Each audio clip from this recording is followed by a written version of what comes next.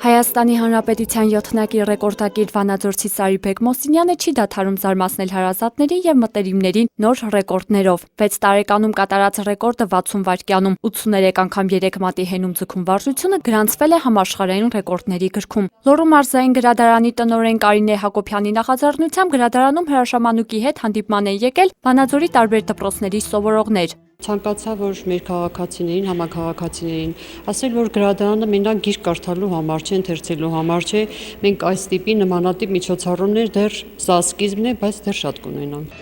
Միջոցառումը մեկնարկեց պարով, որից հետո Արեն Մոսինյանը խոսեց որդու ձեռքբերումներից։ Խոստովանեց, որ առաջին է բացահայտել որդու տաղանդը։ Սարիբեկը դեռ 5 տարեկան էլ չկար, երբ հորը խնդրել էր նայել, թե ինչպես է կքանիստեր անում։ 2013 թվականին Սարիբեկը սահմանեց սեփական ռեկորդը 1111 քանից 32 վայրկյանում։ 3 ամիս անց կքանիստերը հասցրեց 57-ի 57 վայրկյանում։ 2014 թվականին Սարիբեկը նոր ռեկորդ գրանցեց Վանաձորի կենտրոնում 44 մետր քաշելով, ավելի քան 1 տոննա կշռով 4 ուղևորով ավտոմեքենան։ Սարիբեկն իր համաշխարհային այս ռեկորդը նվիրել է Հայաստանի Հանրապետության անկախության 25-ամյա հոբելյանին եւ խոստովանում է.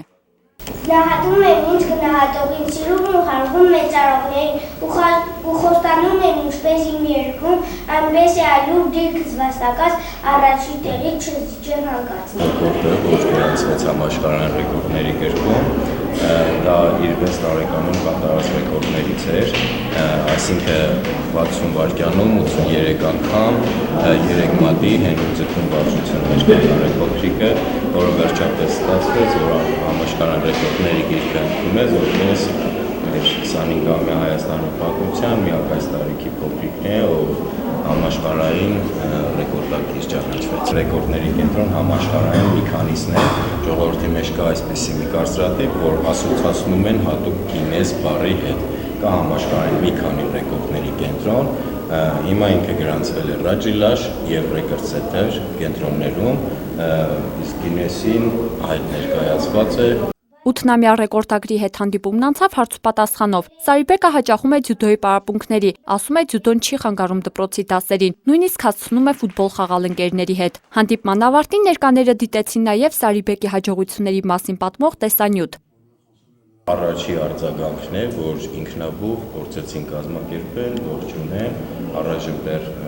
նման առաջարկ չէին ստացել, որ փոքրիկին արժանացնեն մեծարանքի, ինչի համար ողջ գրադարանից, իդեմից տնօրենից մեծ ապատիվ ու շնորհակալ եմ, անբացատրելի է, երբ որ